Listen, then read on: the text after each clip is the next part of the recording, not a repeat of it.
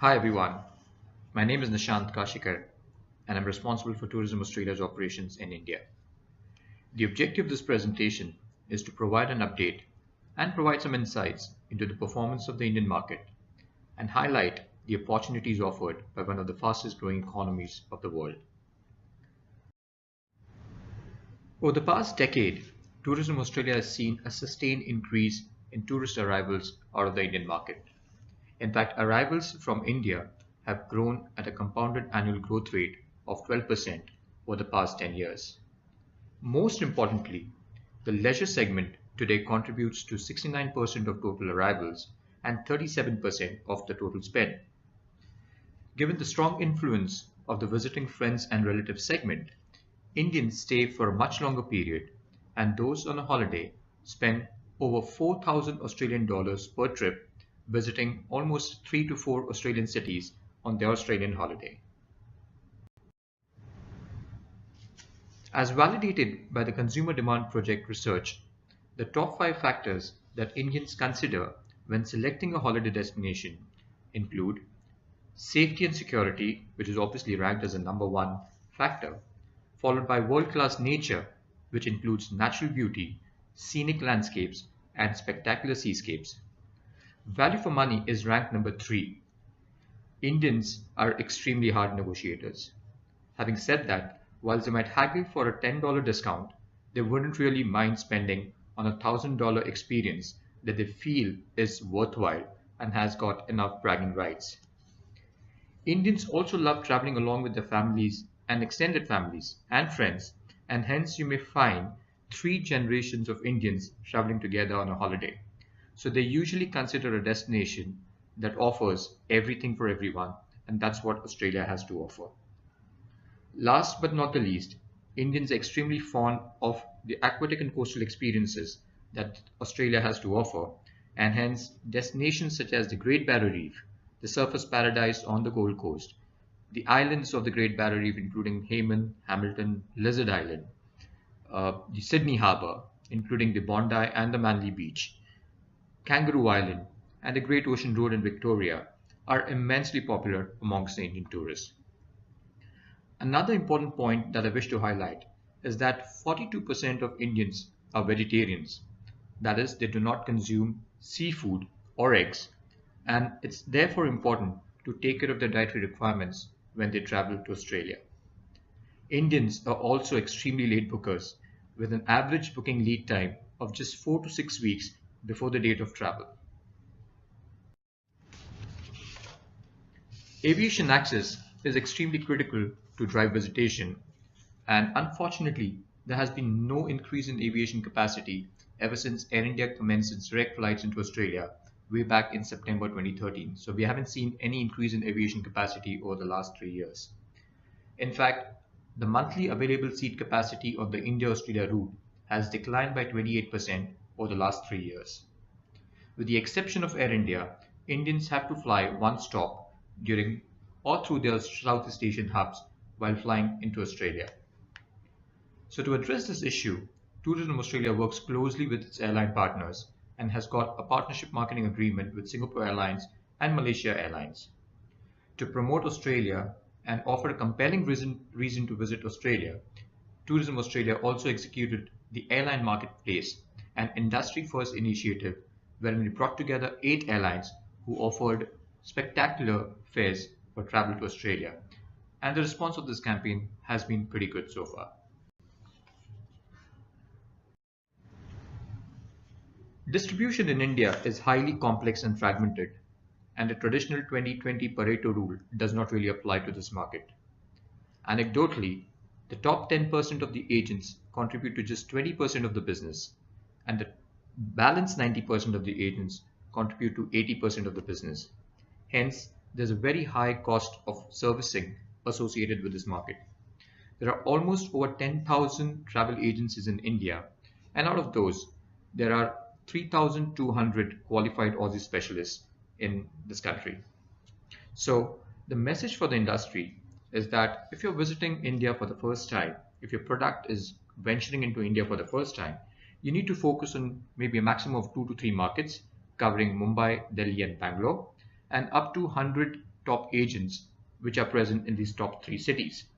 But if you have been servicing this market for a longer period of time, then I would recommend that you focus on 6 to 8 markets covering Chennai, Hyderabad, Kolkata, Pune, and Ahmedabad, in addition to Mumbai, Delhi, and Bangalore, and you may concentrate on up to 180 to 200 agents from these markets.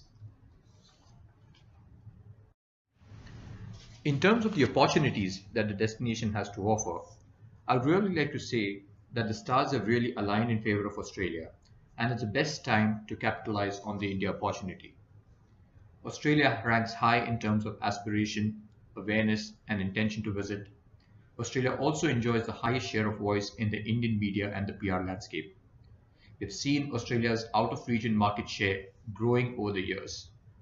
The education traffic from India has been on the rise, with almost over 80,000 enrollments of students in 2016.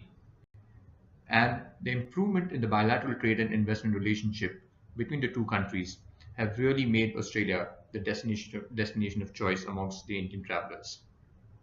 To support this, India will continue to be one of the fastest growing economies and will remain relatively young, with a middle class of almost over 300 million, which is almost 13 times Australia's population. And the size of this middle class is something that will continue to drive the Indian economy and the outbound travel out of this particular market. But having said that, there are a few issues and challenges in the short to medium term. The impact of the demonetization exercise undertaken by the government in November and December 2016, the doubling of the service tax on holiday packages from 4.5% to 9%, which means that traveling abroad and traveling overseas is going to be more expensive, and the lack of clarity and uncertainty around the implementation of the GST, which comes into effect from the 1st of July 2017, may pose some short-term economic challenges.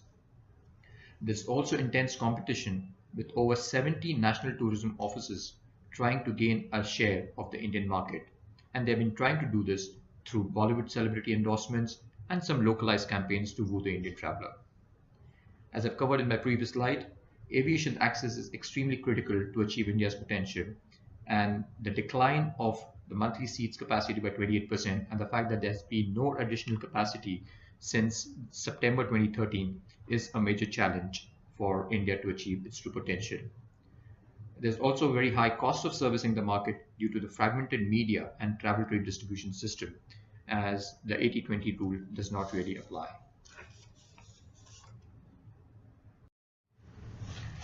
Having said that, the opportunities certainly outweigh the challenges. So if you have to be a part of the India story, there are 3 things that I would suggest you need to focus on. First, you need to have a sustained market presence in India, and your presence should not be restricted to the solitary visit attending one of the missions. But you need to have a regular engagement with the travel industry through market visits, over email, telephonic conversations, regular updates to be sent to the Aussie specialist agents or to the travel industry, web-based training programs, electronic direct mailers, and there are various other ways to be in touch with the Indian travel agents to ensure that their product really is included in the itineraries that they're promoting for Australia. The second thing that I would request you to do is to create a bespoke product for the Indian market, because what may work for other markets may not be necessarily applicable and may not necessarily work for the Indian market. Hence, try to bundle the offering with a nice meal, maybe incorporate some souvenirs, some value adds, some upgrades, something for the kids, and so on, so that you create something which is specific to the needs and the requirements of the Indian market. And third, once you have developed this bespoke product, share this product offering with the ITOs, the ASP agents, the Aussie specialist agents, and demand for business, most importantly, based on the relationships that you've developed over the years. You could also work with Tourism Australia by participating at various trade shows, such as the India Travel Mission. The 15th edition of the India Travel Mission will be held from the 16th of August to the 21st of August 2017, and registrations for this event will open from the first fortnight of May 2017. We also have a 25% discount for new products who intend to explore the Indian market and would like to participate in this mission. We also encourage you to work with your STOs and participate in various trade and media funnels including content integration opportunities on broadcast and digital media. And that would give you an opportunity to showcase your product to the travel industry and to the travelers as well. For the Australian Tourism Exchange 2017 taking place in Sydney, we have 22 Indian agents attending the event, including leading tour operators such as Thomas Cook, SOTC, and Cox & Kings. We also have some small to mid-sized agents such as Ascon, Cutting Edge, who's a MICE agent, Flight Shop, Pathfinders, PK, Orania, and Pristine, who are boutique FIT agents. And we also have 4 new agents from 4 different cities. We've got Ux Tours from Ahmedabad, we've got Discover Your World from Bangalore, Flag Travel Services from Delhi, and One Year Travels from Kolkata. So just to summarize, the future is really looking quite promising and encouraging for India, with India expected to be among the top 5 markets for Tourism Australia by 2020. And to realize this opportunity, my team and I look forward to working with you together to realize the potential that the Indian market has to offer. So if you have any questions or if you need any assistance in the Indian market, please don't hesitate to drop me an email at nkashikar@tourism.australia.com. That's nkashikar at tourism.australia.com. Thank you very much for your time and attention.